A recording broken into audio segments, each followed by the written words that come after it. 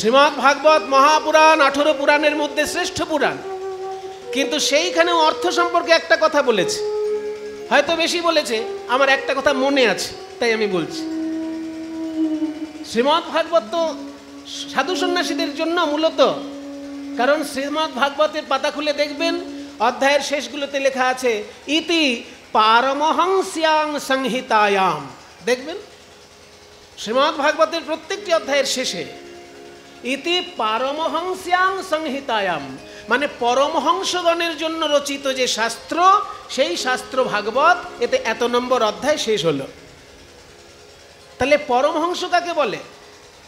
যে দুধে আর জলে মিশিয়ে দিলে শুধু দুধের সার অংশটা গ্রহণ করে, জলীয় অংশটাকে ত্যাগ করে। হংস তো সেই পরমহংস, রাজহংস। রাজহাঁসের কাজ কি? যদি তাকে দুধ আর জল মিশিয়ে দেন, সে কিন্তু দুধের সার অংশটা নিয়ে নেবে, শুধু জল অংশটা পড়ে থাকবে, মানে অসার অংশ পড়ে থাকবে, সার অংশ নিয়ে নেবে। এই জন্য রাজহাঁসকে পরমহংস বলা হয়, এবং সাধু সন্ন্যাসীকে ওই জন্য পরমহংস বলা হয়। নিত্য পদার্থ আর অনিত্য পদার্থ মিশিয়ে দিলে সে নিত্য পদার্থটা গ্রহণ করবে, অনিত্য পদার্থ ত্যাগ করবে। ওই জন্য সাধু সন্ন্যাসীকে পরমহংস বলা হয়। তাহলে সাধু সন্ন্যাসীর জন্য রচিত যে বই শ্রীমদ্ ভাগবত, যিনি বলছেন তিনি তো জন্ম থেকেই সন্ন্যাসী। সুখদেব গোস্বামী মায়ের গর্ভে যখন জন্ম নিয়েছেন 16 বছর বয়সে, মায়ের গর্ভ মানে কষ্টে যেন একদম ফেটে যাচ্ছে। ছেলে বলছে ভিতর থেকে আমি বাইরে বেরোবো না। কেন না, বাইরে বেরোলেই আমাকে মায়া ঘিরে ধরবে। তখন বেদব্যাস বললেন, আমি যদি কোনো তপস্যা করে থাকি তোকে আশীর্বাদ করছি, তুই বাইরে আসলেও মাতৃগর্ভে যেমন আছিস সেই রকমই থাকবি, মায়া তোকে স্পর্শ করবে না। তখন সুখদেব গোস্বামী বাইরে বেরিয়ে এলেন আর সন্ন্যাসী হয়ে ঘর ছেড়ে চলে গেলেন। এই যে ছোটবেলার সন্ন্যাসী সুখদেব গোস্বামী, সে বলছে শ্রীমদ্ ভাগবত, তিনি বলছেন শ্রীমদ্ ভাগবত। আর সেই ভাগবতেও একটা জায়গায় অর্থের কথা আছে। কোন জায়গাটা আছে আপনার বাড়িতে গিয়ে দেখবেন, আমি বলে দিচ্ছি। শ্রীমদ্ ভাগবতে যেখানে দেখবেন বলি মহারাজের কাহিনী আছে, সব অধ্যায়গুলো পড়বেন, দেখবেন বলি মহারাজের কাহিনী যেখানে আছে, ওইখানে বলি মহারাজের গুরুদেব শুক্রাচার্য, শুক্রাচার্য বলছেন বলিকে যে টাকা পয়সা শুধু ইনকাম করলেই হয় না, ঠিক ঠিক জায়গায় খরচা করতে জানতে হয়। চিন্তা করুন, হাজার হাজার বছর আগের শাস্ত্র, সেখানে এই কথা বলছে। পৃথিবীর লোক শিখছে আমাদের কাছে, অথচ আমরা আমাদের জিনিস জানতে পারছি না। ইনকাম করাটাই শেষ কথা নয়, উপার্জন করে টাকাটা ঠিক জায়গায় খরচ করাটাই শেষ কথা। কোন কোন জায়গায় খরচা করতে হবে ভাগবতে বলছে শুক্রাচার্য বলিকে। আপনারা জানেন শুক্রাচার্য হচ্ছে দৈত্যদের গুরু, আর বৃহস্পতি হচ্ছে দেবতাদের গুরু। দেবতাদের গুরু বৃহস্পতি, শুক্রাচার্য দৈত্যগণের গুরু। তাই বলি যেহেতু দৈত্য, বলি মহারাজ যেহেতু দৈত্য, ওই বলি মহারাজের গুরুদেব শুক্রাচার্য, তিনি বলছেন যে শোনো, ধর্মায় যশসের্থায়, ধর্মায় প্রথম অর্থ খরচা করতে হবে ধর্মের জন্য। দ্বিতীয় হচ্ছে যশসে, নাম যশ ছড়াতে পারে এমন জায়গায় পয়সা খরচা করতে হবে। দেখবেন বড় বড় কোম্পানিরা, অনেক বড় লোক, তবুও টিভিতে দিনরাত অ্যাড দিচ্ছে। তাদের আর অ্যাড দরকার নেই, লোকে জেনে গেছে কোম্পানির ভালো মন্দ, কিন্তু তবুও অ্যাড তারা দিয়ে চলেছে। কেন না, নাম যশ তাদের যত ছড়াবে বিজনেসটা তাদের আজীবন পাকাপোক্ত থাকবে। তাই যশসে মানে যশ লাভ হতে পারে এমন জায়গায় খরচা করতে হবে। প্রথমে ধর্ম লাভ হতে পারে এমন জায়গায়, দ্বিতীয় যশ লাভ হতে পারে এমন জায়গায়, তৃতীয় অর্থ ঘুরে আসতে পারে এমন জায়গায়, মানে যাকে বলে ইনভেস্টমেন্ট। অর্থ দিয়ে অর্থ পাওয়া, মানি বিগেটস মানি, পয়সা পয়সাকে জন্ম দেয় এমন জায়গায় পয়সা রাখতে হবে যেন সে জন্ম দেয়। মনে করুন একটা জায়গা কিনলেন, 2 লাখ টাকা কাঠা কিনলেন আপনি এমন একটা জায়গায়, 5 বছরের মধ্যে সেটা 5 গুণ দাম হয়ে গেল। খরচা করেছিলেন 2 লাখ, পেয়ে গেলেন 10 লাখ, তাহলে পয়সা পয়সাকে জন্ম দিল। এটাও শুক্রাচার্য বলছেন বলিকে, যে 3 নম্বর জায়গা হচ্ছে ইনভেস্টমেন্ট। ধর্মায় যশসের্থায়, 3টে বলে দিলাম। ধর্মের উদ্দেশ্যে টাকা দিতে হয়, কেন না আধ্যাত্মিক শান্তি লাভ হবে না। একটু আগেই বললাম, পয়সা আপনাকে সুখ দিতে পারে, শান্তি দিতে পারবে না। শান্তি পেতে গেলে আপনাকে তীর্থযাত্রা করতে হবে, শান্তি পেতে গেলে আপনাকে শাস্ত্র পাঠ করতে হবে। যদি পড়াশোনা করার ক্ষমতা না থাকে, তাহলে যারা পড়াশোনা করেছে সেই সব পণ্ডিতদের কাছে শুনতে হবে। যে কোনো একটা কাজ আপনাকে করতে হবে, হয় তীর্থযাত্রা করুন, না হলে শাস্ত্র পাঠ করুন, নাহলে শাস্ত্র ব্যাখ্যা শ্রবণ করুন, আর তা না হলে নাম জপ করুন, ধ্যান করুন, যোগ করুন, যাই করবেন ধর্মের সঙ্গে সম্পর্ক থাকলে তবেই শান্তি পাবেন, নাইলে শুধু সুখ পাবেন, শান্তি কোনোদিন পাবেন না। তাই মুনি ঋষি প্রথমেই বলছে ধর্মের জন্য অর্থ খরচা করো, দ্বিতীয়তে বলছে নিজের নাম ডাকের জন্য অর্থ খরচা করো, তৃতীয় বলছে অর্থটা যেন ঘুরে আসে ডবল হয়ে, ট্রিপল হয়ে, সেই রকম জায়গায় অর্থ খরচা করো। 4 নম্বর বলছে কামায়, নিজের কোনো মনোবাসনা পূর্ণ করার জন্য অর্থ খরচা করো। মনে করো একটা ভালো গাড়ি কিনতে চাও, তুমি অনেক দিনের শখ একটা ভালো গাড়ি কিনবে, খরচা করো, কিন্তু আগে ইনভেস্টমেন্ট করো, তারপর গাড়ি কেনো। আগে গাড়ি কিনে তারপর ইনভেস্টমেন্ট, উল্টো হয়ে যাবে কেস, হবে না, ঠিক ঠিক তোমার হলো না। আগে ইনভেস্টমেন্ট করো, তারপর গাড়ি কেনো। যদি ইনভেস্টমেন্ট ঠিকঠাক থাকে তবেই গাড়িতে হাত দাও। একদম সাজিয়ে রেখেছে আমাদের মুনি ঋষি। শুধু বই পড়ার মতন আমাদের ইচ্ছে থাকে না, আমাদের সময় থাকে না। শুক্রাচার্য যে কথাটা বলছেন, এগুলো আপনার বড় বড় ইকোনমিস্ট যারা, তারা শুনে অবাক হয়ে যায়। যদি বাপরে, আমরা যেগুলো মোটা মোটা বই পড়ে জানতে পেরেছি, শুক্রাচার্য ভাগবতের পাতায় একটা শ্লোকে বলে দিয়েছে, একটা শ্লোক, যে প্রথম খরচা করবে ধর্মে, দ্বিতীয় খরচা করবে কিসে বলেছিলাম, নাম যশ মানে অ্যাডভার্টাইজমেন্ট, তৃতীয় খরচা করবে কিসে, ইনভেস্টমেন্ট, যেখানে পয়সা দিলে পয়সা ফেরত আসবে, চতুর্থ খরচা করবে কিসে, যদি কোনো মনোবাসনা পূর্ণ করতে চাও। জীবনে এরোপ্লেন চড়োনি, তাহলে খরচা করে একদিন এরোপ্লেন চড়ে না, তাই না? মনোবাসনা পূর্ণ করার জন্য একটা খরচা করো। এবং পঞ্চমটা হচ্ছে স্বজনায়চ, আত্মীয় স্বজনের মধ্যে কেউ যদি কষ্ট পায়, গ্রামের লোকের মধ্যে কেউ যদি কষ্ট পায়, দেশবাসীর মধ্যে কেউ যদি কষ্ট পায়, তোমার ক্ষমতা থাকলে সেইখানে সহযোগিতা করো। এটা 5 নম্বর। আগে নিজে বাঁচো, তারপর অপরকে বাঁচানোর চেষ্টা করো। নিজে পথে বসে গিয়ে অন্যকে বাঁচালে তুমি সাধু পুরুষ হয়ে যাবে, সংসারে থাকতে পারবে না। ওই জন্য সংসারে থেকে যদি জগতের মঙ্গল করতে চাও, তাহলে আগে নিজে বাঁচো, তারপর অন্যকে বাঁচাতে চেষ্টা করো। 5টা জায়গায় পয়সাকে ঠিকঠাক রাখো। কাজে লটারিতে শুধু পয়সা পেলেই হলো না, কোথায় কোথায় পয়সাটা খরচা করতে হবে সেটা আমি শাস্ত্র থেকে আপনাদেরকে জানিয়ে দিলাম। এইগুলো জানা দরকার। আর তা না আপনি পেলেন একটা বিরাট লটারি আর একদম দামি দামি বিদেশি মদ নিয়ে বসে গেলেন, তাহলে 2 দিন পরে কি হবে, আবার লটারির দোকানের সামনে ঘুরঘুর করতে হবে, তাই না?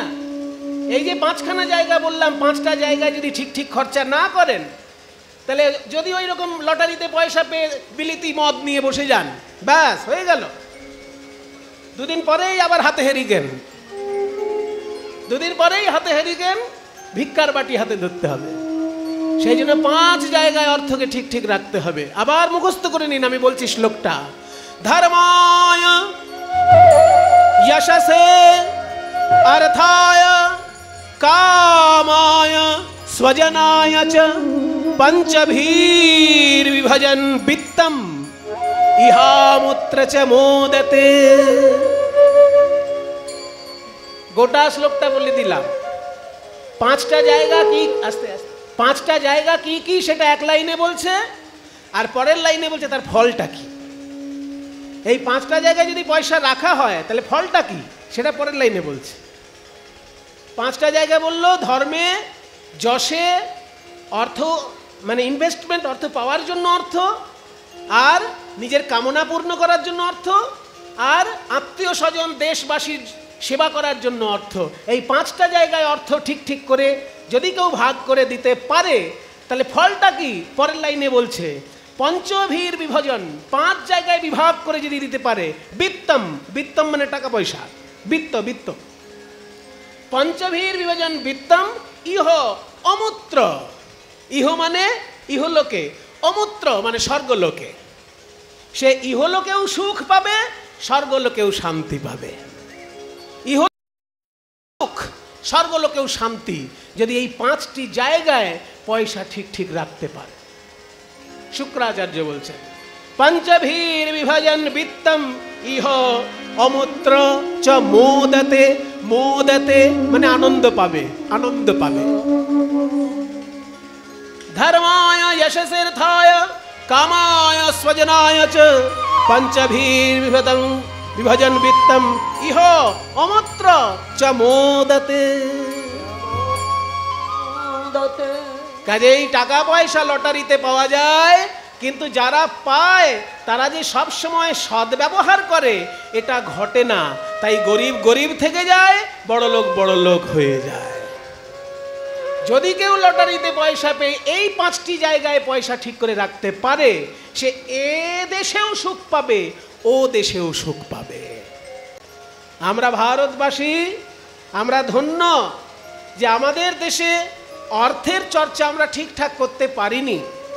আমাদের দেশে অর্থশাস্ত্র রচিত হয়েছে অনেক বছর আগে, প্রায় 2000 বছর আগে অর্থশাস্ত্র রচিত হয়েছে, অর্থশাস্ত্র ভারতবর্ষের মাটিতে। কিন্তু ভারতবাসী সেই অর্থকে ঠিক ঠিক চিনতে পারেনি বা অর্থকে কাজে লাগাতে পারেনি। আর বিদেশিদেরকে দেখুন, তারা আমাদের শাস্ত্রের নির্যাস বার করে নিয়ে তারা কিন্তু অর্থকে ঠিকঠাক কাজে লাগিয়েছে। কাজে আমরা ভারতবাসী, আমরা অর্থ সম্পর্কে অতটা জানি না, বুঝি না, অর্থ উপার্জনও করতে জানি না। কদিন আগেই আমি দেখছিলাম একটা ছেলে মোবাইলে গেম খেলছিল। অনেক সময় দেখতে পাই বাচ্চা ছেলেরা মোবাইলে গেম খেলে। আমি সেই ছেলেটাকে বললাম যে বাবা, মোবাইলে যে গেম খেলছো, জানো এই মোবাইলে গেম খেললেও পয়সা পাওয়া যায়, সেইটা জানো কি? ছেলেটিকে আমি বললাম, ও যেন আমার কথায় বিরক্ত হলো। তার মানে কি, ওই গেমটা খুলে সে জীবনের সময় নষ্ট করছে, অর্থ উপার্জনের কোনো পথ কিন্তু সে চিন্তা করছে না। বাপের হোটেলে বসে খাচ্ছে আর মোবাইলে গেম খেলছে। অথচ ওই মোবাইলে গেম খেলেই কেউ কেউ আবার পয়সা উপার্জন করছে। এমন কিছু গেম আছে মোবাইলে যেগুলো খেললে পরে পয়সা পাওয়া যায়, অথচ সেই গেমটা না খেলে এমন গেম খেলছে যাতে শুধু সময় নষ্ট হচ্ছে। তা আমি ছেলেটিকে বললাম, তুমি গেম খেলো, মোবাইলেই গেম খেলো, সারাদিন গেম খেলো, কিন্তু এই গেম খেলে পয়সারও পথ আছে, সেইটাও সঙ্গে সঙ্গে খবর নাও, তা নাহলে পরকালটা তো ঝরঝরে। সেই জন্য আমরা ভারতবাসী যারা, আমরা বড় বোকা সেজে থাকতে ভালোবাসি, অথচ আমাদের দেশে বড় বড় মুনি ঋষি সব সময় আমাদেরকে উপদেশ দিয়ে চলেছেন। ভাগবতের পাতায় আপনারা যদি খুঁজে দেখেন অর্থের উপদেশ পাবেন। আগেকার দিনে লোকে জানতো রাজা রাজা আর ভিখারি ভিখারি, কিন্তু মহাপ্রভু এসে এমন লীলা করলেন যেখানে রাজাও ভিখারি সাজতে পেরে ধন্য হয়েছেন।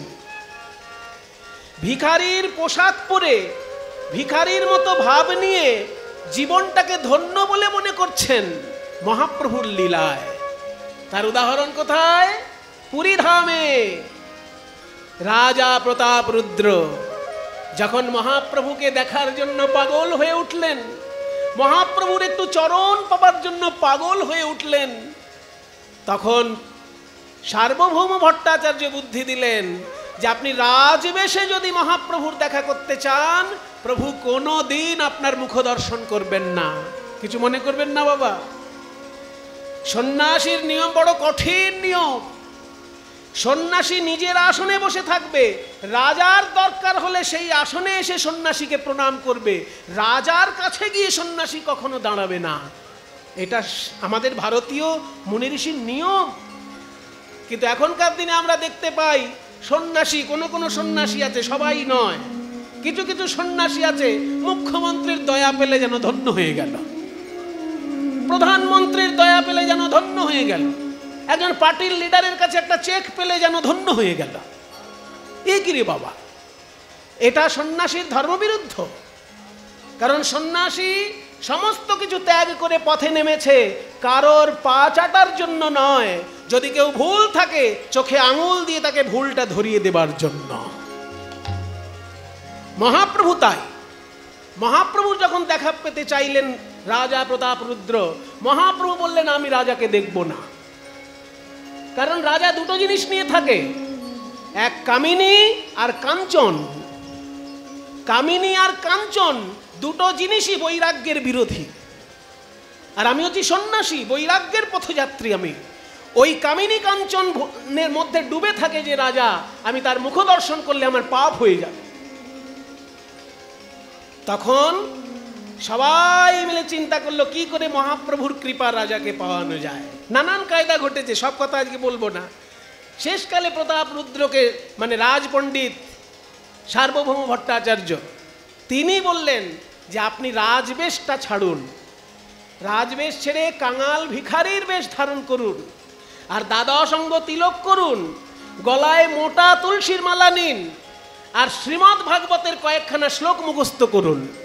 যদি কাঙাল বৈষ্ণব বেশে মহাপ্রভুর কাছে শ্রীমদ্ ভাগবতের শ্লোকগুলো একবার আওড়ে দিতে পারেন তাহলেই আপনার কার্য সিদ্ধি। দেখেছেন কি সুন্দর সুবুদ্ধি? এই বুদ্ধিই কাজে লাগলো। হাজার চেষ্টা করেছেন প্রতাপরুদ্র, কোনো মতেই মহাপ্রভুর সাক্ষাৎ পাননি। শেষকালে রথযাত্রার সময় যখন মহাপ্রভু রথযাত্রায় নৃত্য করতে করতে ক্লান্ত হয়ে গিয়েছেন, একটা বাগানে বিশ্রাম নিচ্ছেন, সেই সময় রাজা তার রাজ পোশাক পরিত্যাগ করে কাঙালের বেশ ধারণ করে ভিক্ষার আঁচল নিয়ে দ্বাদশ অঙ্গ তিলক শোভিত কণ্ঠে তুলসী দাম বৈষ্ণবের বেশে যখন এসে ভাগবতের শ্লোক পড়তে লাগলেন, জয়তি তেধিকং জনমনা ব্রজ শ্রয়ত ইন্দিরা শাশ্বদত্রহি দৈত দৃশ্যতা দিক্ষু তাবকা ত্বয়ি ধৃতা শব ত্বাং বিচিন্বতে। হে নন্দনন্দন যশোদা জীবন, হে দামোদর, হে শ্রীমাধব।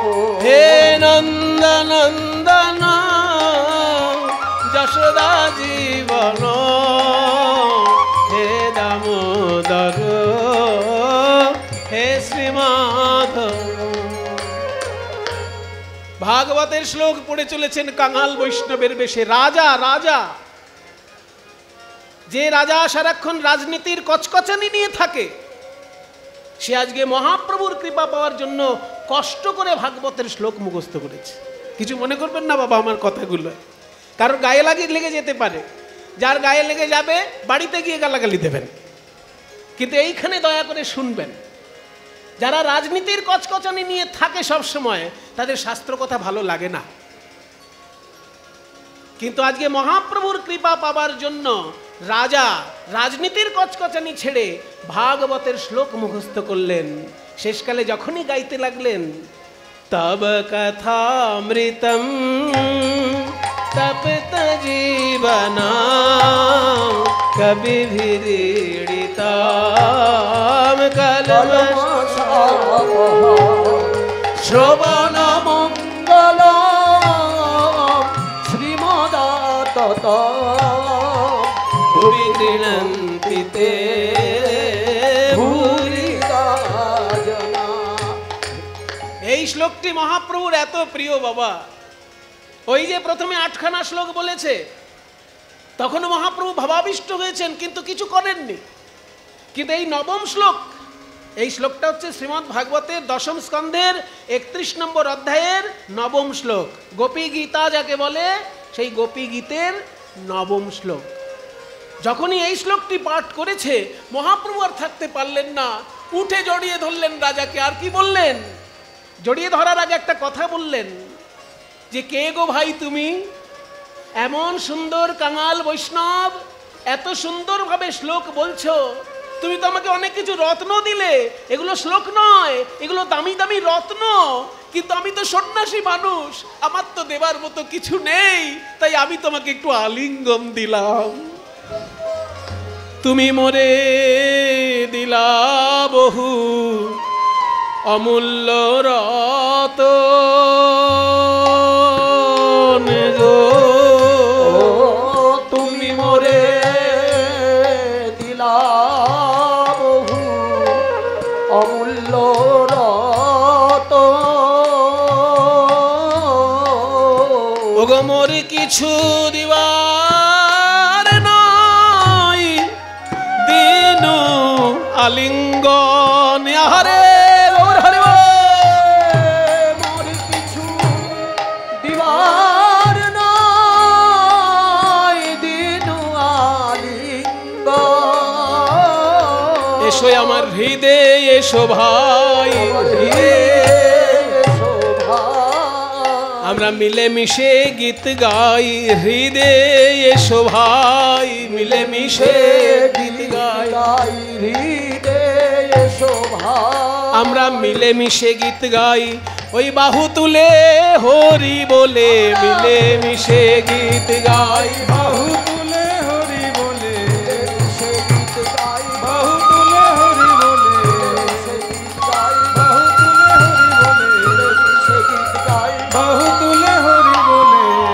হৃদয়ে এসো ভাই, মোর কিছু দিবার নাই, দিলাম আলিঙ্গন, দিলাম আলিঙ্গন। এই হলো চৈতন্যদেব। গরিব মানুষ রাজা হবার জন্য কঠোর পরিশ্রম করে, আর চৈতন্য মহাপ্রভুর কৃপা পাবার জন্য রাজা প্রতাপ রুদ্র দরিদ্র সাজার জন্য কঠোর পরিশ্রম করলেন। দ্বাদশ অঙ্গ তিলক শোভিত করে কণ্ঠে তুলসী মালা নিয়ে কাঙাল বেশে মহাপ্রভুর সামনে ভাগবতের শ্লোক বললেন, তবে মহাপ্রভু তাকে বুকে জড়িয়ে ধরেছিলেন। তাই পদকর্তা বলছে, দেখো দেখো দেখে নাও সাম্য কাকে বলে, ধনী দরিদ্রের মিলন ঘটাতে গেলে কি কি করতে হয় মহাপ্রভু করেছেন। রাজা হইয়া কাঁধে করে বৈষ্ণবের ঝোলা। আরো একটা মহিমা বলবো, গৌরাঙ্গ করুণার কথা কহিবারে নারী গো, গৌরাঙ্গ করুণার কথা, গৌরাঙ্গ করুণার কথা এক মুখে কহিবারে নারী। সংকীর্তন মাঝে নাচে কুলের বহারি গো, সংকীর্তন মাঝে নাচে কুলের বহারি রে। এটা একটা বিরাট বড় গুরুত্বপূর্ণ কথা হয়ে গেল, কিন্তু গানের ছলে বলা হলো তাই বুঝতে পারা গেল না। এবার মানেটা শুনুন, গৌরাঙ্গ করুণার কথা এক মুখে কহিবারে নারী, সংকীর্তন মাঝে নাচে কুলের বৌহারি। মানে নারী জাতি সমান সম্মান পেল এই বৈষ্ণব আন্দোলনের মধ্যে। নারী জাতির কোনো সম্মান সাধারণত মধ্যযুগে কোনো ধর্মেই দেখা যায় না। আপনি 3-4টে বড় বড় ধর্মকে পাশাপাশি রাখুন, দেখুন সব জায়গায় নারীদেরকে পিছিয়ে রাখার কথা বলা হয়েছে। নারীরা যেন শিক্ষা না পায়, নারীরা যেন অগ্রগতিতে এগিয়ে যেতে না পারে, নারীরা যেন সম্মান না পায়, এইরকম কায়দা সমস্ত কিছুর মধ্যে করা আছে। হিন্দু ধর্মও বলবো, ইসলাম ধর্মও বলবো, দুটো ধর্মের কথা সমান সমান বলবো। আমি কাউকে আমি ছোট করব না, অথচ সত্যি কথাটা বলবো। হিন্দু ধর্মে দেখুন, যে ব্রাহ্মণ ঠাকুর মশাই পূজা করছেন তার স্ত্রী তো ব্রাহ্মণী। ভট্টাচার্য টাইটেলটা তো তার স্ত্রীকেও লিখতে হচ্ছে নাকি? আপনার নাম কি? কৃষ্ণ গোপাল মুখোপাধ্যায়। আপনার স্ত্রীর নাম কি? ওই দেখুন সুভদ্রা মুখোপাধ্যায়, তাহলে উনি কৃষ্ণগোপাল মুখোপাধ্যায়, ওনার স্ত্রীও তো সুভদ্রা কি দাস না ঘোষ না মণ্ডল, মুখোপাধ্যায়। তাহলে উনি পুজোর আসনে বসে পুজো করছেন, যজ্ঞ করছেন, ওনার স্ত্রী কি পুজোর আসনে বসে পুজো যজ্ঞ করতে পারছেন? আজকাল কোথাও কোথাও শুরু হয়েছে, কিন্তু আমরা মধ্যযুগে সাধারণত কি দেখতে পেয়েছি? প্রাচীন যুগে ছিল, ঋগ্বেদের যুগে ছিল, যজুর্বেদ অথর্ববেদের যুগে ছিল, সেখানে মুনি ঋষির মধ্যেও নারী ছিলেন। কিন্তু পুরাণ আর তন্ত্রের যুগে এসে নারীদের স্থান নেমে এলো। মুখার্জি, ভট্টাচার্য, চ্যাটার্জি সে যাগযজ্ঞ করছে, পূজা করছে, কিন্তু তার স্ত্রীর একই টাইটেল, অথচ যাগযজ্ঞ পূজা করতে পারছে না। পুজোর সাজসজ্জা সাজিয়ে দিতে পারছে, কিন্তু ডাইরেক্ট পুজো করতে পারছে না। আমি আমার মায়ের কাছে শিখেছি পুজোর মন্ত্র। আমার মা তার বাবার কাছে পুজো এত সুন্দরভাবে গুছিয়ে দিতেন। আমার মা হচ্ছেন অপর্ণা দেবী, আর তার বাবা হচ্ছেন গোপাল চক্রবর্তী। তো সেই গোপাল চক্রবর্তী যখন পুজো করতেন, মা এত মন দিয়ে মন্ত্রগুলো শুনতেন, মায়ের সব মন্ত্র মুখস্থ ছিল। আমি পুজোর মন্ত্রগুলো বই পড়ে যত না শিখেছি, মায়ের কাছ থেকে বেশি শিখেছি। গঙ্গে চ যমুনে চৈব গোদাবরী সরস্বতী নর্মদে সিন্ধু কাবেরী জলেস্মিন সন্নিধিং কুরু, কুরুক্ষেত্র গয়া গঙ্গা প্রভাস পুষ্করাণি চ পুণ্যান্বিতানি তীর্থানি পূজা কালে ভবন্তি। এই সব মন্ত্র মায়ের কাছ থেকে শেখা, মায়ের কাছে শেখা। কিন্তু তবু আসনে বসে যখন পুজো করছে, ঠাকুর মশাই করছেন, ঠাকুর মশাইয়ের স্ত্রী করতে পারছেন না। এটা মধ্যযুগীয় আবরণ। বেদের যুগে কিন্তু ছিল না। বেদের যুগে স্ত্রীও সমানভাবে যজ্ঞ করতে পারত। ইসলাম ধর্মে দেখুন, যদি কোনো পুরুষ মানুষ নামাজ পড়ে, তার সামনে দিয়ে যদি একটা নারী হেঁটে যায়, সেই পুরুষ মানুষের নামাজ সঙ্গে সঙ্গে ক্যান্সেল হয়ে যাবে। ওই নামাজ নাকি ঈশ্বর গ্রহণ করবেন না, এটা বলা হয়েছে যে সামনে দিয়ে কোনো নারী হেঁটে যাওয়া চলবে না। তাহলে কতখানি অসম্মান করা হচ্ছে। কি হিন্দু ধর্ম, কি ইসলাম ধর্ম, কি খ্রিস্ট ধর্ম, যেখানেই যাবেন আপনি দেখবেন নারীদেরকে পিছিয়ে রাখার সব রকমের ব্যবস্থা বেশিরভাগ ধর্মে করা হয়েছে। কিন্তু চৈতন্য মহাপ্রভুর প্রেম আন্দোলনে গৌরাঙ্গ মহাপ্রভু যখন সন্ন্যাসী হয়ে চলে গেলেন, নবদ্বীপের বৈষ্ণব সমাজ বিষ্ণুপ্রিয়া দেবীকে মাথায় করে রেখেছিল। নিত্যানন্দ প্রভু যখন অন্তর্ধান করলেন, নিত্যানন্দ প্রভুর স্ত্রী জাহ্নবা দেবী লক্ষ লক্ষ মানুষকে দীক্ষা দিয়েছেন, নারী দীক্ষা দিয়েছেন বৈষ্ণব ধর্মে। নারী দীক্ষা দিয়েছেন এবং শিক্ষা লাভ করেছেন। দীক্ষা এবং শিক্ষা দুটোতেই অধিকার থেকে পিছিয়ে রাখা হয়েছিল, কিন্তু বৈষ্ণব আন্দোলন নারী সমাজকে দিয়েছিল সেই দীক্ষা এবং শিক্ষার অধিকার। তাই বলছে সংকীর্তন মাঝে নাচে কুলের বহারি গো। আরো একটা মহিমার দিক আছে, ওই দেখো যবনেও নাচে গায়, আবার বলে হরি নাম গো। ওই যবনে নাচে গায়, বলে হরি নাম গো। যবনেও নাচে গায়, বলে হরি নাম গো। ওই যবনে নাচে গায়, যবনে নাচে গায়, বলে হরি নাম গো। হেনয় অবতারে সে বঞ্চিত বলরাম গো। হেনয় তারে সে বঞ্চিত বলরাম গো। যবনেও নাচে গায়, বলে হরিনাম। বিরাট ব্যাপার। চৈতন্য মহাপ্রভুর প্রেমান্দোলন এমন রূপ ধারণ করেছিল যে এখানে হিন্দু মুসলমানের ভেদাভেদ ধুয়ে মুছে গেছিল। মুসলমান সমাজেরও হাজার হাজার মানুষ হরি সংকীর্তনের রসে প্লাবিত হয়ে গেছিলেন বাবা। সত্য ঘটনা। সত্য ঘটনা যদি না হয় তাহলে শত শত পদকর্তা আছেন যারা জাতিতে মুসলমান। আমার কথায় যদি আপনার বিশ্বাস না হয়, কলকাতা বিশ্ববিদ্যালয়ে যান আর ঢাকা বিশ্ববিদ্যালয়ে যান। বাংলার তো দুটোই রাজধানী, পশ্চিমবঙ্গের রাজধানী কলকাতা আর পূর্ববঙ্গের রাজধানী ঢাকা। ঢাকা বিশ্ববিদ্যালয় থেকে একটা বই বেরিয়েছিল, মুসলমানের লেখা বৈষ্ণব পদাবলী। আবার কলকাতা বিশ্ববিদ্যালয় থেকেও একটা বই বেরিয়েছিল, বইটার নামটা একটু বড়, বৈষ্ণব ভাবাপন্ন মুসলমান কবির পদমঞ্জুষা। গোটা নামটা বলে দিলাম, এই তো পরে আপনারা লিখে নিতে পারবেন, শুনে নিতে পারবেন।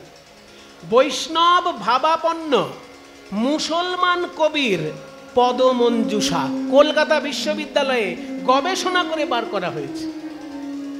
সেখানে প্রায় 1000 খানেক বৈষ্ণব পদাবলীর লেখক শুধু মুসলমান আর মুসলমান।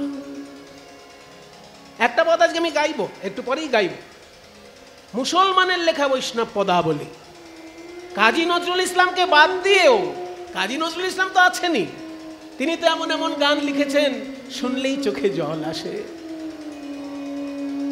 সখী সে হরি কেমন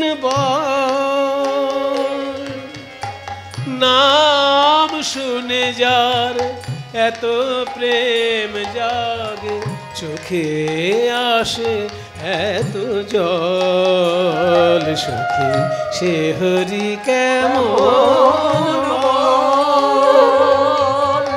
নাম শুনে যার এত প্রেম জাগে, চোখে আনে এত জল। সখী সে হরি কেমন সে কি আসে এই পৃথিবীতে, গাহে রাধা নাম বাঁশরীতে। সে কি আসে পৃথিবীতে, গাহে রাধা নাম বাঁশরীতে। যার অনুরাগে বিরহ যমুনা হয়ে ওঠে চঞ্চল। সখী সে হরি কেমন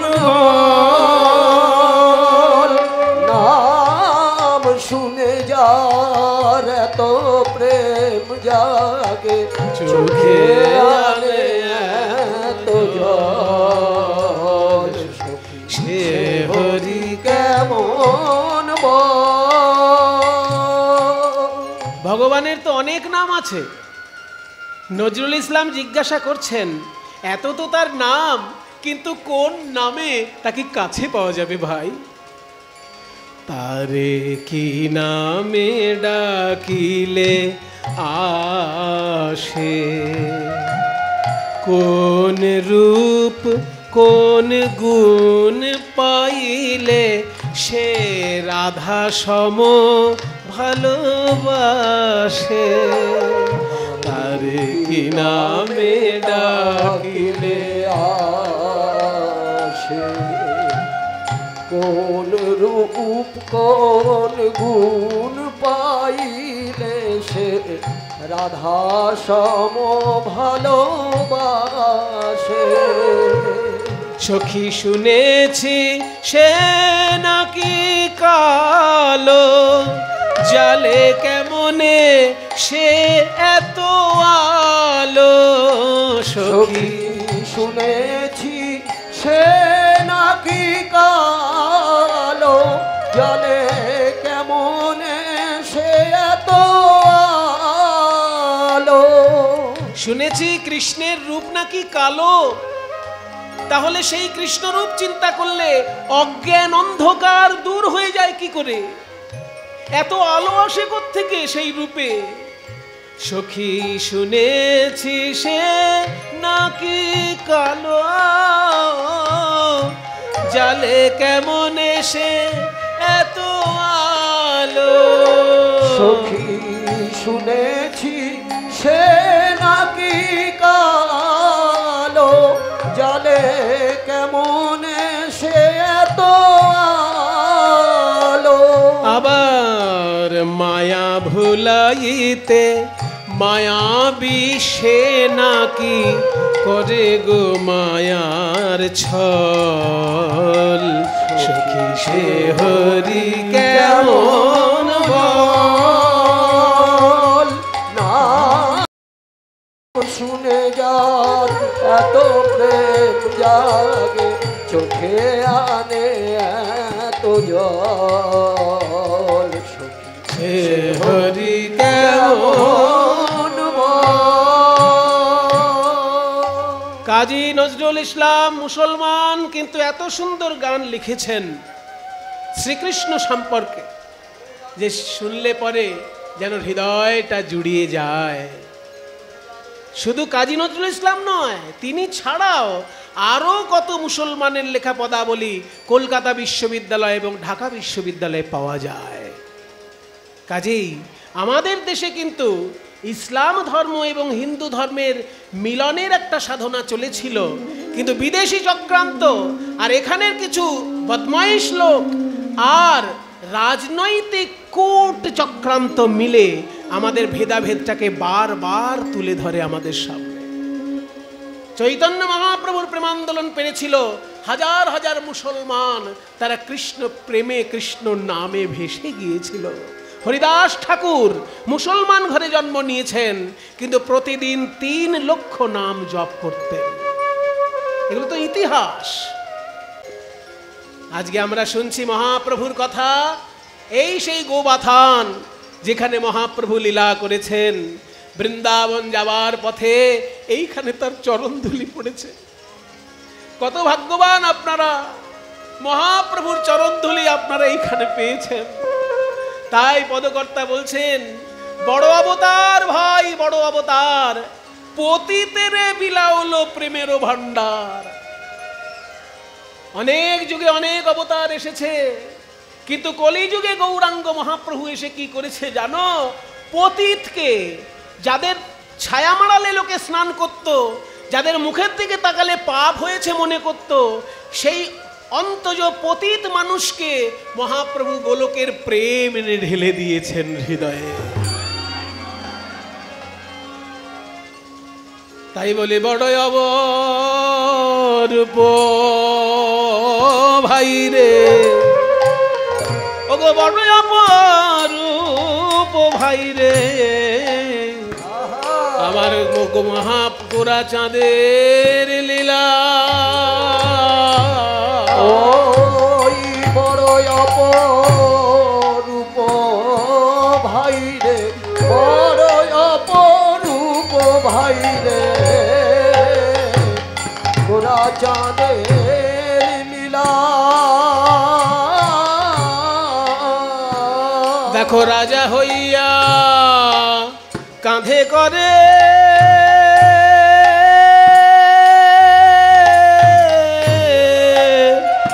বৈষ্ণবের ঝোলা গো।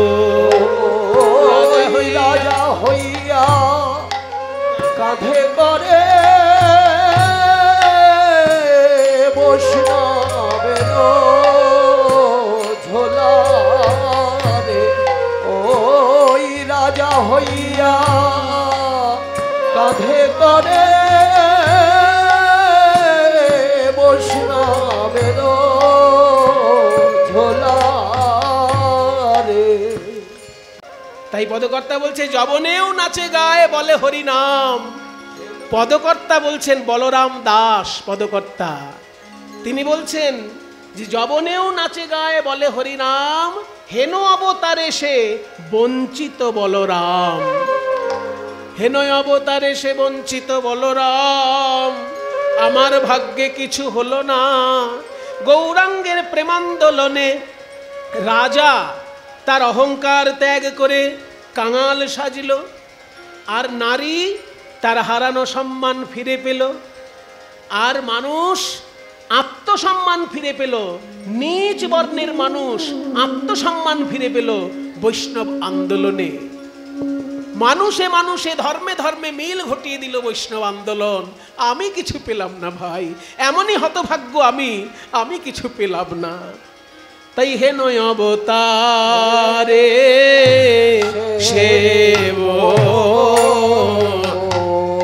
চিত বল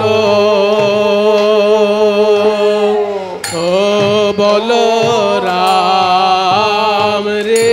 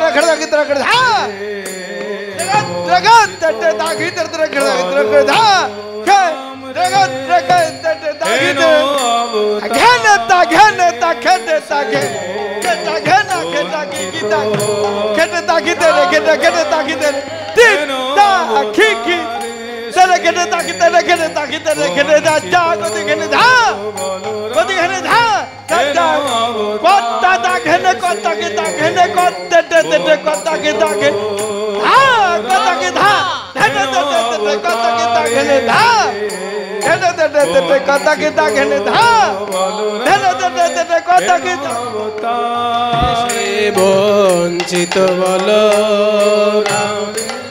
হেন অবতারে রাম রে হেন অবতারে তাই গৌর হরি অবতারে সে রাম রে হেন অবতারে সে রাম রে হেন অবতারে সে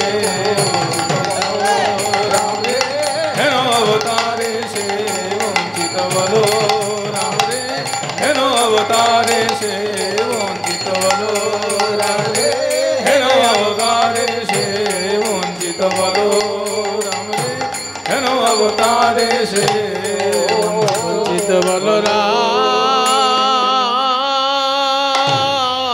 हेन अवतारे।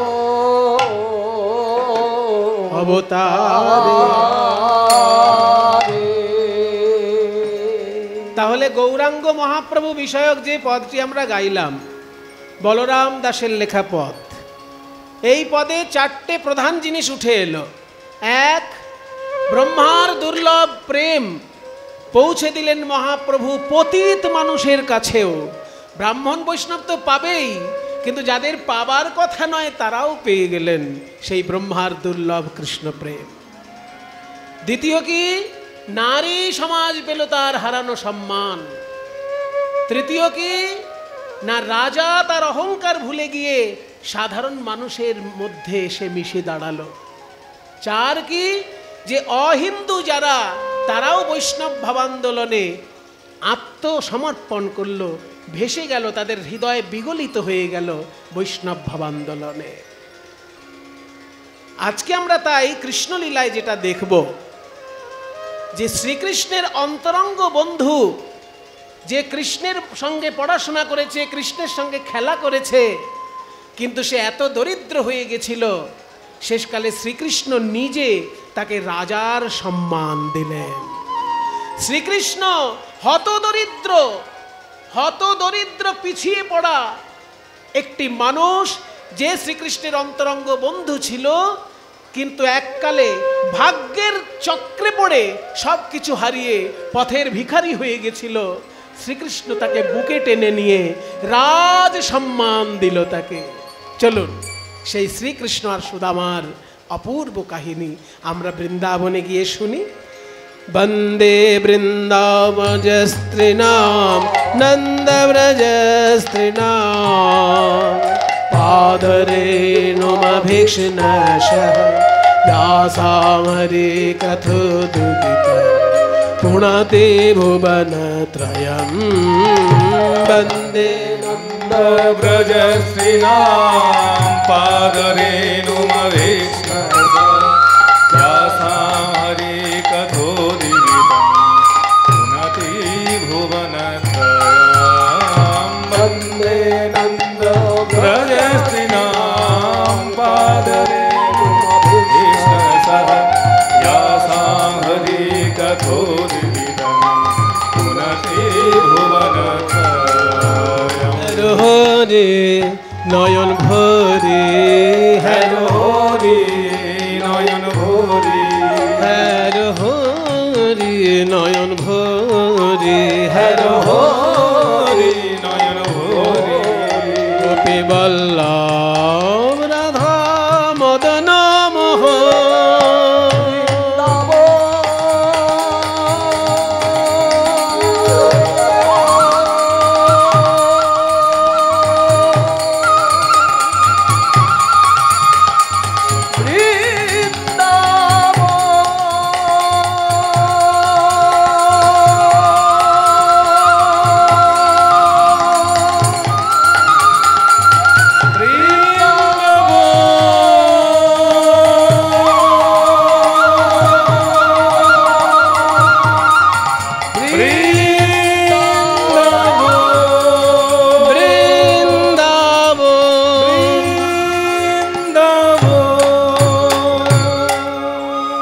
সবাই বলো বৃন্দাবন ধাম কি,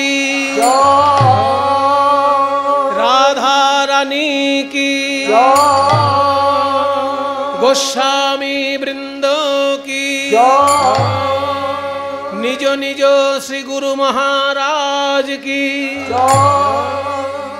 এই মহাপ্রভুর লীলাভূমি, এই কোটালডি, এই গোবাথান কি। মহাপ্রভুর লীলা রস, তার মহিমা এতক্ষণ আস্বাদন করলাম। এইবার আমরা কৃষ্ণ সুদামার অংশ শুনব। শ্রীকৃষ্ণ আর সুদামা দুজনেই বন্ধু, কিন্তু শ্রীকৃষ্ণের শুধু সুদামা তো বন্ধু নয়, আরো বন্ধু ছিল। তাদের মধ্যে সুদামার নামটা ভাগবতে বিশেষ করে, শ্রীমদ্ ভাগবতে বিশেষ করে বিস্তারিতভাবে তার জীবনীটা লেখা আছে। তাহলে যাই আমরা দেখি শ্রীকৃষ্ণের বন্ধু কজন, আগে তাদের নামগুলো শুনব, তারপরে সুদামার প্রসঙ্গে বিশেষভাবে আসব। খেলত রাম, কিভাবে কৃষ্ণ খেলা করছেন। গোবাথানে যখন গরু দেখেছিলেন মহাপ্রভু, তার বৃন্দাবনের গোষ্ঠের ভাব মনে পড়েছিল। বৃন্দাবনে গোষ্ঠলীলায় যখন শ্রীকৃষ্ণ খেলা করছেন, পদকর্তা কি সুন্দর লিখছেন, খেলাত রাম সুন্দর শ্যাম মোহন মুরতি মধুর টাম কাচনি পাচনি বেত্র বেনু মুরলি খুরলি গান রে। খেলা লোফাতাল একটু কষে, বড় লোফা কিবা খেলা তোরা সুন্দর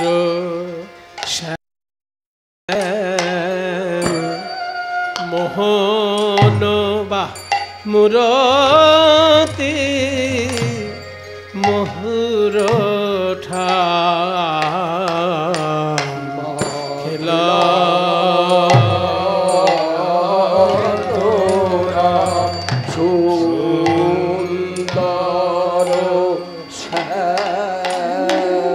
মধুর মূরতি মধুর মূরতি মধুর খেলা তোরা আজ কি আনন্দ খেলা তোরা আজ কি আনন্দ। বৃন্দাবনে যমুনা তীরে কি আনন্দ যমুনার তীরে কি আনন্দ। বলরাম কানাই হরি বল খেলা লোফাতাল কিন্তু কিরকম কষে হচ্ছে, গোটা গোটা মাত্রা চলছে একদম। গুনুন 1 2 3 4 5 6 7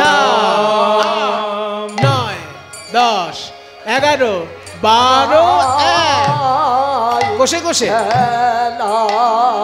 এবার রেলা বাজনা তাগ ধি না ধি ধি ধি না ধি ধি ধি না ধি ধি না ধি ধি না ধি ধি উর্থি না থি নি উর্থি না থি নি উর্থি না একবার ধি একবার থি গুরু লঘু শোনো গুরু ধি না ধি ধি গুরু ধি না ধি ধি গুরু ধি না ধি ধি না ধি ধি না ধি ধি তা উর্থি না থি মাঝখানে থি না থি নি উর্থি না থি থি না থি নি না থি নি গুরু লঘু করে বাজনার রেলা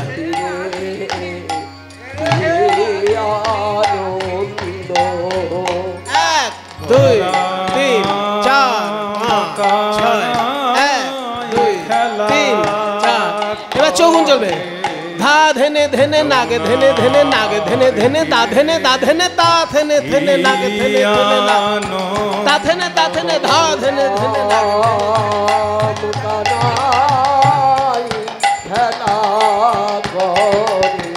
ধেনে ধেনে নাগে ধেনে ধেনে নাগে ধেনে ধেনে দা ধেনে তা ধেনে ধেনে নাগে।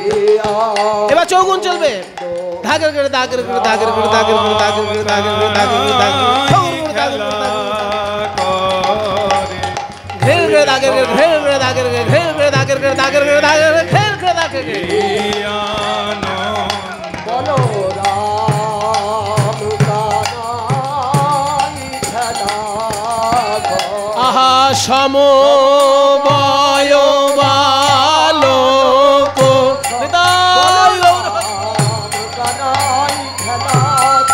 হেই তেরে ঘেনে দাঘেন আত্মা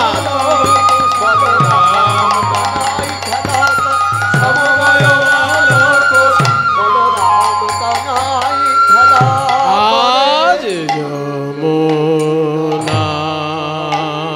তীরে কি আনন্দ খেলা তোরা খেলাতা রাম, এখানে রাম মানে দশরথের পুত্র নয়, বসুদেবের পুত্র। রাম মানে এখানে বলরাম। তাহলে খেলাতা রাম মানে বলরাম খেলা করছে। সঙ্গে কে আছে? সুন্দর শ্যাম, গোবিন্দও আছেন। মধুর মূরতি মোহন ঠাম, যেন দেখেই একদম মন মোহিত হয়ে যাচ্ছে, এত সুন্দরভাবে খেলা করছেন। কাঁচনি পাঁচনি বেত্র বেনু, কাঁচনি মানে গরু তাড়ানো যে লাঠি, সেটাকে কাঁচনি বলে। পাঁচনি, কাঁচনি, কাঁচনি মানে বেশভূষা, আর পাচনি মানে গরু তাড়ানো লাঠি। পাচনি গরু তাড়ানো লাঠি। কাঁচনি পাচনি বেত্র, একটা বেতও আছে, আবার বেনু বাঁশিও আছে। বেনু মানে কিন্তু সব বাঁশি নয়, যে বাঁশিটা 12 আঙুল লম্বা 6টি ছিদ্র তাকে বলে বেনু। আছে নাকি আপনার কাছে? দেখি আমাদের দলে তো বাঁশি বাদক আছে। ছোট বাঁশি 12 আঙুল লম্বা হবে, ছোট্ট ছোট্ট বাঁশিটা চাই। এই ছোট বাঁশির বৈশিষ্ট্য কি? মোটা বাঁশির বৈশিষ্ট্য হচ্ছে গম্ভীর আওয়াজ হয়, আর মাঝারি বাঁশির বৈশিষ্ট্য হচ্ছে মধ্যম আওয়াজ, আর ছোট সরু বাঁশি যেটা হবে সেটা তীক্ষ্ণ আওয়াজ হবে। হ্যাঁ, কাজে ছোট্ট যেটা বাঁশি 12 আঙুল লম্বা 6টি ছিদ্র, এই যে আপাতত ছোট এইটাই পাওয়া গেছে, এই যে ছোট বাঁশি যত ছোট সরু হবে তত তার তীক্ষ্ণ আওয়াজ হবে। তাহলে বেনু মানে 12 আঙুল লম্বা যে বাঁশিটা। তাহলে মুরলি খুরলি, খুরলিটা আবার কি? বেত্র বেনু, বেনু মানে 12 আঙুল লম্বা বাঁশি। আর মুরলি মানে আবার, মুরলি আবার মানে যেটা মোটা 2 হাত লম্বা বাঁশি, সেটাও আছে ওনার কাছে। ওরে বাপরে, এই দেখুন, যদি কোথাও ঝগড়া ঝামেলা বাঁধে এটাতেও কাজ হয়ে যাবে। 2 হাত লম্বা, হ্যাঁ, এই 2 হাত লম্বা যে বাঁশি শ্রীকৃষ্ণের, এতে গুরুগম্ভীর আওয়াজ হয়, এটাকে বলে মুরলি। তাহলে 12 আঙুল লম্বা বাঁশি আর 2 হাত লম্বা বাঁশি, দুটো বাঁশি বাজছে, ওই জন্য বেনু আর মুরলি। মুরলি খুরলি, খুরলি মানে শিঙা।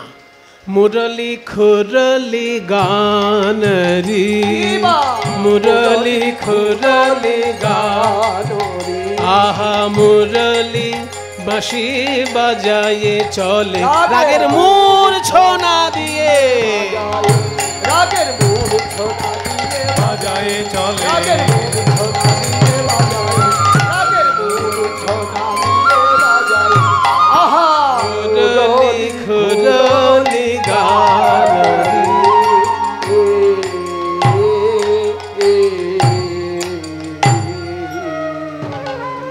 এইবার বন্ধুদের নাম বলা হচ্ছে এই গানটায়।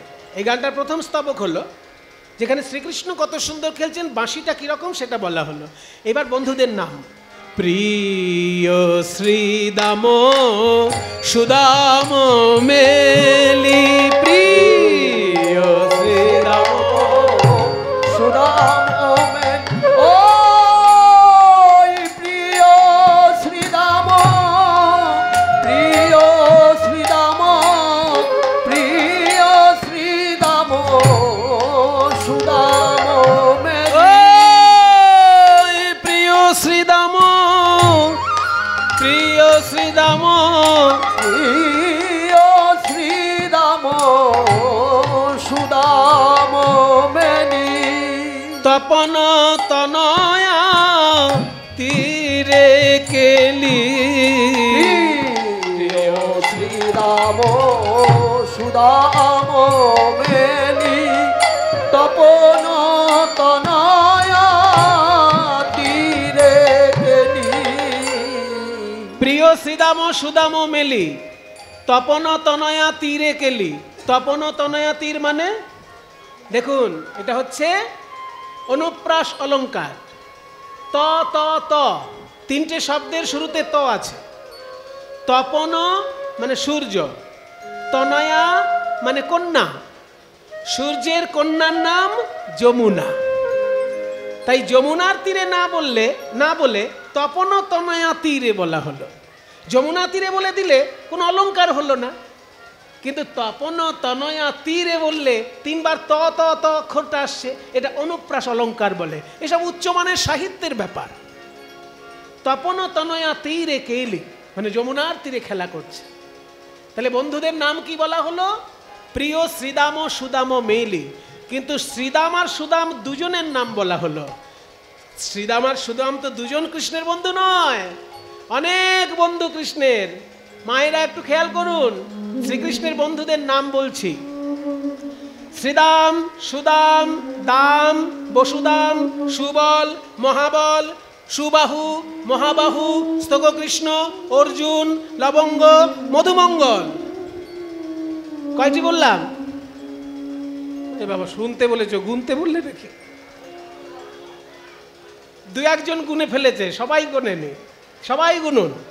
শ্রীদাম, সুদাম, দাম, বসুদাম, সুবল, মহাবল, সুবাহু, মহাবাহু, স্তককৃষ্ণ, অর্জুন, লবঙ্গ, মধুমঙ্গল। কটা হলো?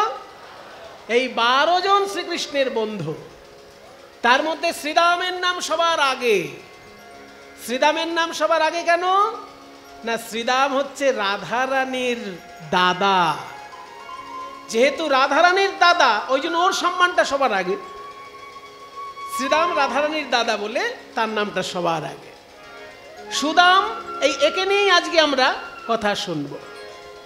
সুদামার বাবার নাম মটক আর মায়ের নাম রচনা দেবী। এই সুদামা যখন শ্রীকৃষ্ণের সঙ্গে খেলা করছে, আনন্দিত মনে বৃন্দাবনের মাঠে মাঠে, ঘাটে ঘাটে ছুটে ছুটে খেলা করছে। প্রিয় শ্রীদাম সুদাম মেলি, তপন তনয়া তীরে কেলি, ধবলি শাওলি আওরি আওরি, ধবলি শাওলি আওরি আওরি, ধবলি শ্যামলি আওরি আওরি, पुकारी चलत कानरिया, পুকারি চলো তো কানরি, आहा पुकारी धेनुर नाम लो ये, पुकारी ধেনুর নাম লয়ে, পুকারি ধেনুর নাম লয়ে, पुकारी चलो तो कानरी।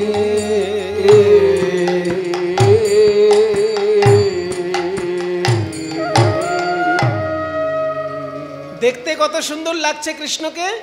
বয়সে কিশোর মোহন ভাতে, বয়সে কিশোর নবীন ভাতে, বয়সে কিশোর নবীন ভাতে, বয়সে কিশোর নবীন ভাতে, কিশোর নবীন ভাতি, বয়সে কিশোর নবীন ভাতে, जैसे इंदु जलद कापी, বয়সে কিশোর নবীন ভাতে, জৈসে ইন্দু জলদ কাতে।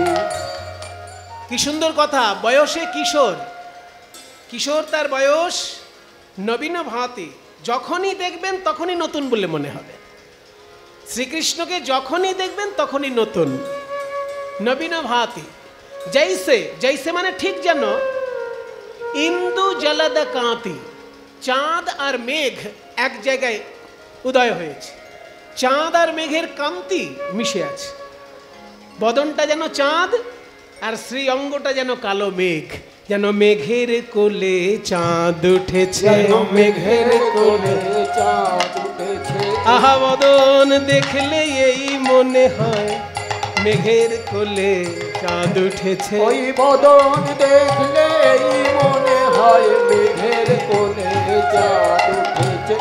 চারু চন্দ্রিকা গুঞ্জাহার, চারু চন্দ্রিকা গুঞ্জাহার, চারু চন্দ্রিকা গুঞ্জাহার, চারু চন্দ্রিকা গুঞ্জাহার, বদনে মদন ভানরিয়া, আহা বদনে মদন ভানুরি, আহা বদনে মদন ভানরি, বদনে মদন ভানুরি, বদনে মদন বেটে মাখানো, বদনে বদনে মদন পেটে মাখানো, বদনে মদন পেটে মাখানো, বদনে মদন ভানরি।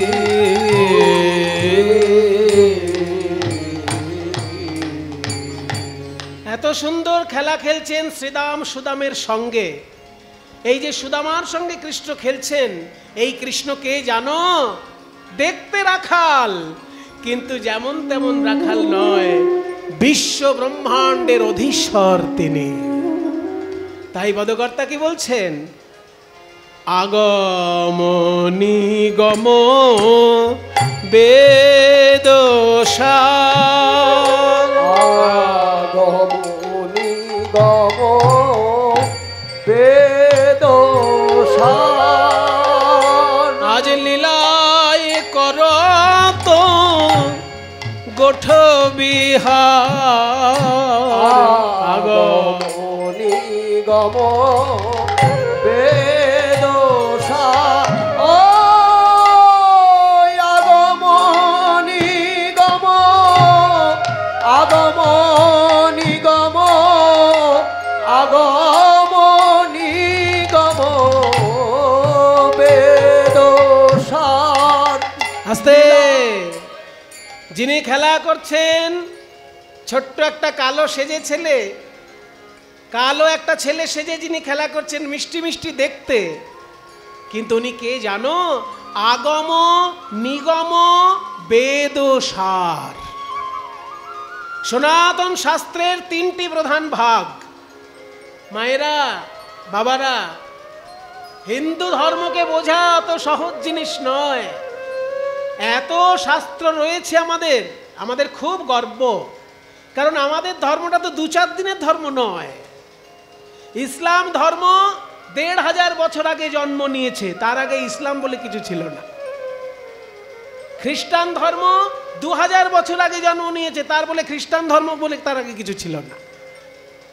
তার আগে ছিল ইহুদি ধর্ম, আর বৌদ্ধ ধর্ম ছিল। খ্রিস্টান ধর্মের থেকেও পুরনো বৌদ্ধ ধর্ম 2500 বছর আগে, আর তার থেকেও হাজার হাজার বছর প্রাচীন এই সনাতন ধর্ম। মিনিমাম 5000 বছর পুরনো শাস্ত্র পাওয়া যায়। তাহলে 5000 বছর থেকে এখন পর্যন্ত লেখা হয়েছে, কম হবে সেটার ভান্ডার? সেই শাস্ত্র ভান্ডারকে মূলত 3টে ভাগে ভাগ করা হচ্ছে: আগম, নিগম আর বেদ। আগম কাকে বলে? এগুলো জেনে রাখা ভালো। বোকা লোকেরা জানে না, তাই সনাতন শাস্ত্র সম্পর্কে তাদের নানা রকম বিভ্রান্তি তৈরি হয়। আগম কাকে বলে? আগতং শিব বক্তব্য গীত গতং চ গিরিজা মুখে গতং চ গিরিজা শ্রুতৌ মতং চ বাসুদেবস্য স আগম ইতিরিত। যে শাস্ত্র শিব ঠাকুরের মুখ থেকে বেরিয়েছে, মা দুর্গার কানে প্রবেশ করেছে, তাকে বলে আগম। আগম মানে এসেছে। কোথা থেকে এসেছে? শিবের মুখ থেকে এসেছে। কোথায় এসেছে? মা দুর্গার কানে এসেছে। এই শাস্ত্রের নাম আগম শাস্ত্র। সাধারণ লোকে যাকে তন্ত্র শাস্ত্র বলে জানে। এই তন্ত্র শাস্ত্রের 5টি ভাগ: শাক্ততন্ত্র, বৈষ্ণবতন্ত্র, শৈবতন্ত্র, গানপত্যতন্ত্র এবং সৌরতন্ত্র। তার মধ্যে শাক্ততন্ত্র, শৈবতন্ত্র এবং বৈষ্ণবতন্ত্র এই 3টেই বেশি পরিমাণে পাওয়া যায়, বাকি 2টো কম পরিমাণে পাওয়া যায়। শুধু শাক্ততন্ত্রেরই ভাগ 64। 64 রকমের শাক্ততন্ত্র 3টি ধারায় পাওয়া যায়। 3টি ধারায় 64 রকমের। 3 64 যত হয়, 3 64 কত হবে রে বাবা? 3 6 18 মানে 180, আর 3 4 12 192। 192টা তন্ত্রশাস্ত্র শুধু শাক্ততন্ত্র। তারপর তো বৈষ্ণব আছে, শৈব আছে। তন্ত্রশাস্ত্র শিব ঠাকুরের মুখ থেকে বেরিয়েছে, মা দুর্গার কানে আছে। সেইটা 5 ভাগে বিভক্ত: শাক্ত, শৈব, বৈষ্ণব, সৌর, গানপত্য। এই যে শিব ঠাকুরের শাস্ত্র, তার যিনি সার, তিনি আজকে খেলা করছেন। তারপর বলছে নিগম। নিগম শাস্ত্র কি না? যা ব্রহ্মার মুখ থেকে বেরিয়েছে, নারদ মুনির কানে প্রথম এসেছে। এই যে 18 পুরাণ, এই যে 18 উপপুরাণ, এই সব রামায়ণ, মহাভারত, এগুলো সব ব্রহ্মার মুখোদ্গীর্ণ নারদের কর্ণে প্রবেশ করে। লিখেছেন বাল্মীকি, কিন্তু বক্তব্যকার ব্রহ্মার মুখ থেকে নারদের কানে। লিখেছেন বেদব্যাস মহাভারত, কিন্তু বক্তব্যকার ব্রহ্মার মুখ থেকে নারদের কানে। তাই ব্রহ্মার মুখ থেকে যেগুলো এসেছে নারদের কানে প্রবেশ করেছে তাকে বলে নিগম শাস্ত্র। আর যে শাস্ত্র সরাসরি ঈশ্বর মন্ত্ররূপে মুনি ঋষির হৃদয়ে উৎপন্ন হয়েছেন তাকে বলে বেদ মন্ত্র। সেটা হচ্ছে সাক্ষাৎ বেদ, সাক্ষাৎ ঈশ্বর মন্ত্ররূপে প্রকাশিত হয়েছে মুনি ঋষির হৃদয়ে। এই 3 রকমের শাস্ত্রের যিনি সার তত্ত্ব তিনি আজকে খেলা করছেন। আগম নিগম বেদ সার, আগম নিগম বেদ সার। আজ লীলায় করত গোঠ বিহার, আগম নিগম বেদ সার। লীলায় করত গোঠ বিহার। এইবার আপনাদের বলি, এত সুন্দর গানটি যে শুনলেন সেই শ্রীকৃষ্ণের শুরু থেকে একদম সুদামের বর্ণনা থেকে শুরু করে একদম আগম নিগম পর্যন্ত এত সুন্দর পদ যিনি লিখেছেন বাবা, তিনি চণ্ডীদাস নয়, বিদ্যাপতি নয়, গোবিন্দ দাস নয়, একজন মুসলমান। হ্যাঁ, এই হচ্ছে আমাদের বাংলা, এই হচ্ছে আমাদের ভারতবর্ষ, যেখানে মুসলমান কবি এত সুন্দর শাস্ত্রের পদাবলী লেখেন, অবাক হয়ে শুনতে হয়। কিন্তু ভারতবর্ষের অসুস্থ রাজনীতি, পাকিস্তান বাংলাদেশের অসুস্থ রাজনীতি বারবার মানুষের মধ্যে ভেদাভেদ তৈরি করছে। অসুস্থ রাজনীতির ফল এগুলো আমরা ভোগ করছি সাধারণ মানুষ। কিন্তু দেখুন মুসলমান কত সুন্দর পদ লিখেছে। সেই মুসলমানের নাম যখন বলা হবে আমি তাকে প্রণাম করতে বাধ্য, কারণ বৈষ্ণব পদাবলী কীর্তনের নিয়ম যে পদকর্তার নাম যখন বলা হবে তখন গায়ক শ্রোতা সবাই তাকে প্রণাম করবেন। এত সুন্দর গান যিনি লিখেছেন পদ, বৈষ্ণব পদ, তার নাম নাসির মাহমুদ করত আশ। নাসির মাহমুদ করত আশ। নাসির মাহমুদ করত আশ। নাসির মাহমুদ করত আশ। যেন চরণে শরণ দানরি, চরণে শরণ দানরি। আহা চরণে আমি শরণ নিলাম, চরণে আমি শরণ নিলাম, ওই চরণে আমি শরণ নিলাম। আহা চরণে শরণ দান রে।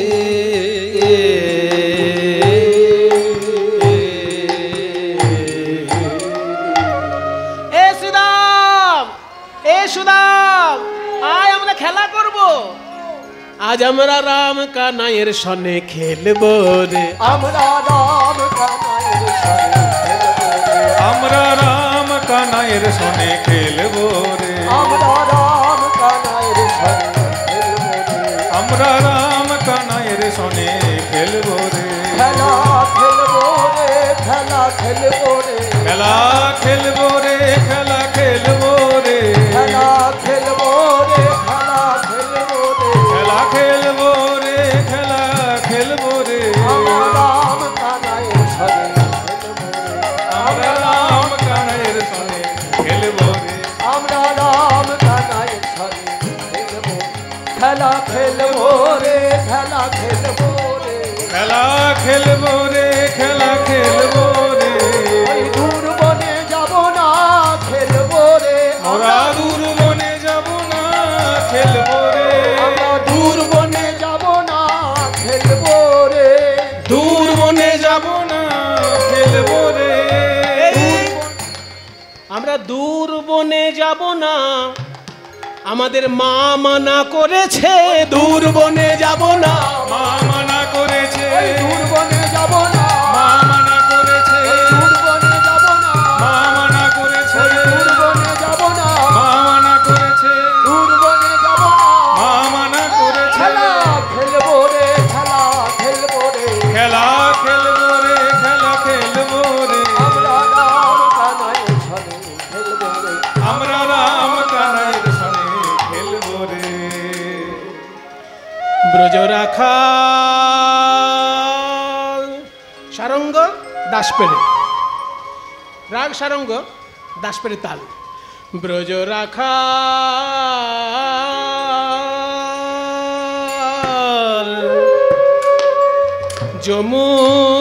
যমুনার তীরে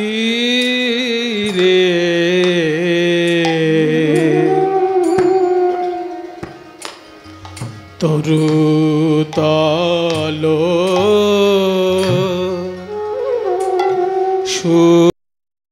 শীতল রে ব্রজ রাখা যমুনার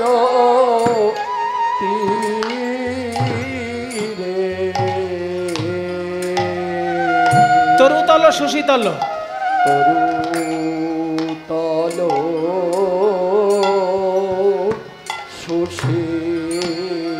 সুশীতল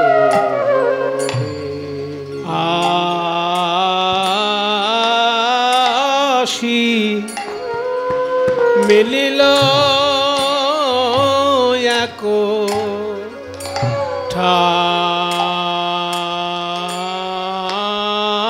ঠাই রে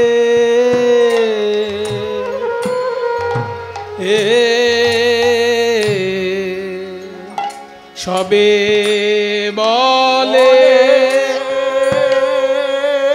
ভালো ভালো আজ কি খেলা খেলিবে বলো ধাগরে গেরে দাগে রে দাগে ধা ধাগরে গেরে দাগে রে দাগে ধা ভালো ভালো আজ কি খেলা খেলিবে বলো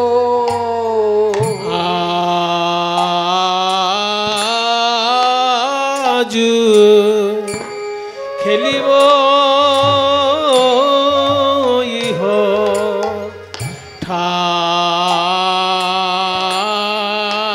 ঠাই রে শ্রীদাম রে এ যে পরম রম রমণীয় স্থান এ যে পরম রম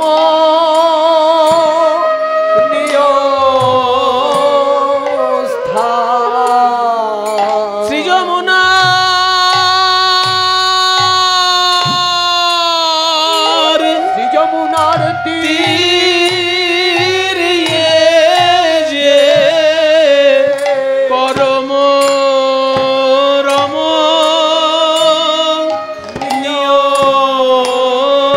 স্থান ওই শ্রী যমুনা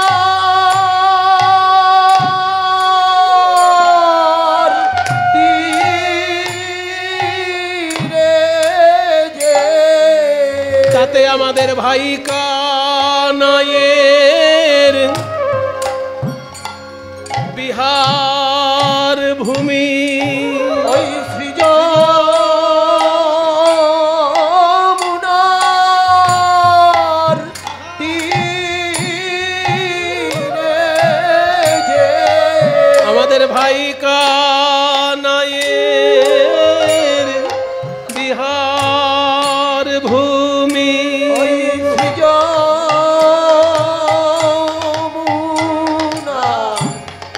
তীরে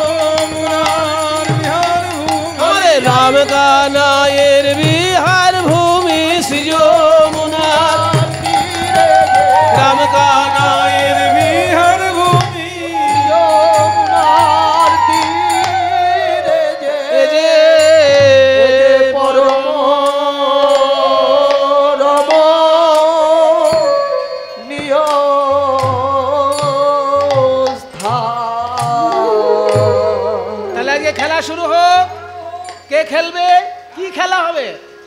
ওঠো। কি নতুন খেলা? কাঁধে ধরা আর কাঁধে চাপা। কাঁধে করবে কে আর কাঁধে চড়বে কে? সবার কি মাসায় বোকা আছে নাকি? কেউ কাঁধে চড়তে চাইলে চড়তে পেরে কি কাঁধে চড়াই? চড়বো, আমি চড়বো কাঁধে। চড়বি? হ্যাঁ। করবি না? না, তাহলে কাঁধে করবে কে আর কাঁধে চড়বে কে? একটা লটারি করা হোক। লটারি হোক। এই তো লটারি, লটারির দোকান এইখানেই আছে। তাহলে লটারি একটা করা হোক যে কে কাঁধে করবে আর কে কাঁধে চড়বে। এই শোন, এই যে বট গাছ, এই দেখো বট গাছের নিচেই গান হচ্ছে, বিরাট বট গাছ। এই বট গাছের একটা করে পাতা ছেড়ো। আমরা তো 24 জন বন্ধু। ওই যে শ্রীদাম সুদাম দাম বসুদাম সুবল মহাবল সুবাহু মহাবস্ত কৃষ্ণ মধুমঙ্গল, তাই না? আরো 12 জন মিলে 24 জন আমরা বন্ধু। আর শ্রীকৃষ্ণ বলরাম, এই মোট 26 জনের খেলা। 26টা পাতা ছেড়, তার মধ্যে একটা পাতা ছেঁদা করে দে, ফুটো করে দে, আর ওই 25টা পাতার সঙ্গে ফুটো পাতাটা মিলিয়ে রাখবে। সবাই চোখ বেঁধে একটা করে পাতা তুলবে। যার ভাগ্যে ওই ছেঁদা পাতা পড়বে সেই হবে চোর, আর বাকি সবাইকে সে কাঁধে করে নিয়ে যাবে। এই বলে আজকে খেলা শুরু করেছে। আনন্দিত মনে তারা খেলিতে লাগিল, আনন্দিত মনে তারা খেলিতে লাগিল, আনন্দিত মনে তারা খেলিতে লাগিল, আনন্দিত মনে তারা খেলিতে লাগিল। সখাসনে কৃষ্ণের রাজে আনন্দ বাড়িল, সখাসনে কৃষ্ণের রাজ আনন্দ বাড়িল। আনন্দ ধরে না, আনন্দ ধরে না, আনন্দ ধরে না, আনন্দ ধরে না। প্রেমানন্দে বিভোর হলো আনন্দ ধরে না, ওই প্রেমানন্দে বিভোর হলো আনন্দ ধরে না। প্রেমানন্দে বিভোর হলো আজিকার বিনোদ খেলায়, বিভোর হলো আজিকার বিনোদ খেলায়, প্রেমানন্দে বিভোর হলো, আজিকার বিনোদ খেলায়, প্রেমানন্দে বিভোর হলো, আজিকার বিনোদ খেলায়, প্রেমানন্দে বিভোর হলো আনন্দ ধরে না, আনন্দ ধরে না। হ্যাঁ, তুই এমনি করছিস কেন? তোর পাতাটা দেখি। আমার পাতাটা ছেঁদা, তাহলে আমাকেই কাঁধে করতে হবে। তা তো হবেই। শ্রীদামের লইয়া কৃষ্ণ ছুটিতে লাগিল, সুদামারে লইয়া কৃষ্ণ ছুটিতে লাগিল, সুদামারে লইয়া কৃষ্ণ ছুটিতে লাগিল। শ্রীদামের লইয়া কৃষ্ণ ছুটিতে লাগিল। জয়নিতাই, একটা ছোট্ট অনুরোধ আছে কীর্তন কমিটির পক্ষ থেকে আপনাদের কাছে। যারা যারা দূর দূর থেকে এসেছেন, মোটর সাইকেল রাখছেন, মোটর সাইকেল স্ট্যান্ডে তারা মোটর সাইকেল রাখুন, এদিক ওদিক রাখবেন না। প্রথম কথা, সুরক্ষিত থাকবে এই মোটর সাইকেল। আর দ্বিতীয় কথা হলো, এই মোটর সাইকেল স্ট্যান্ডের থেকে যতটুকু পয়সা পাওয়া যাবে সেই পয়সায় নরনারায়ণের সেবা এখানে উৎসর্গ করা হবে। যারা যারা মোটর সাইকেল রাখছেন স্ট্যান্ডে, সেই স্ট্যান্ডের পয়সায় নরনারায়ণ সেবা করা হবে। সেই জন্য যারা যারা সাইকেল এদিক ওদিক রাখছেন, স্ট্যান্ডে সাইকেলটি রাখুন। নিতাই গৌর প্রেমানন্দে হরি বল, হরি বল। আনন্দে দিনগুলো কাটছিল এইভাবে, কিন্তু এমন সময় নেমে এলো সারা জীবনের মতো বৃন্দাবনের বুকে বজ্রাঘাত।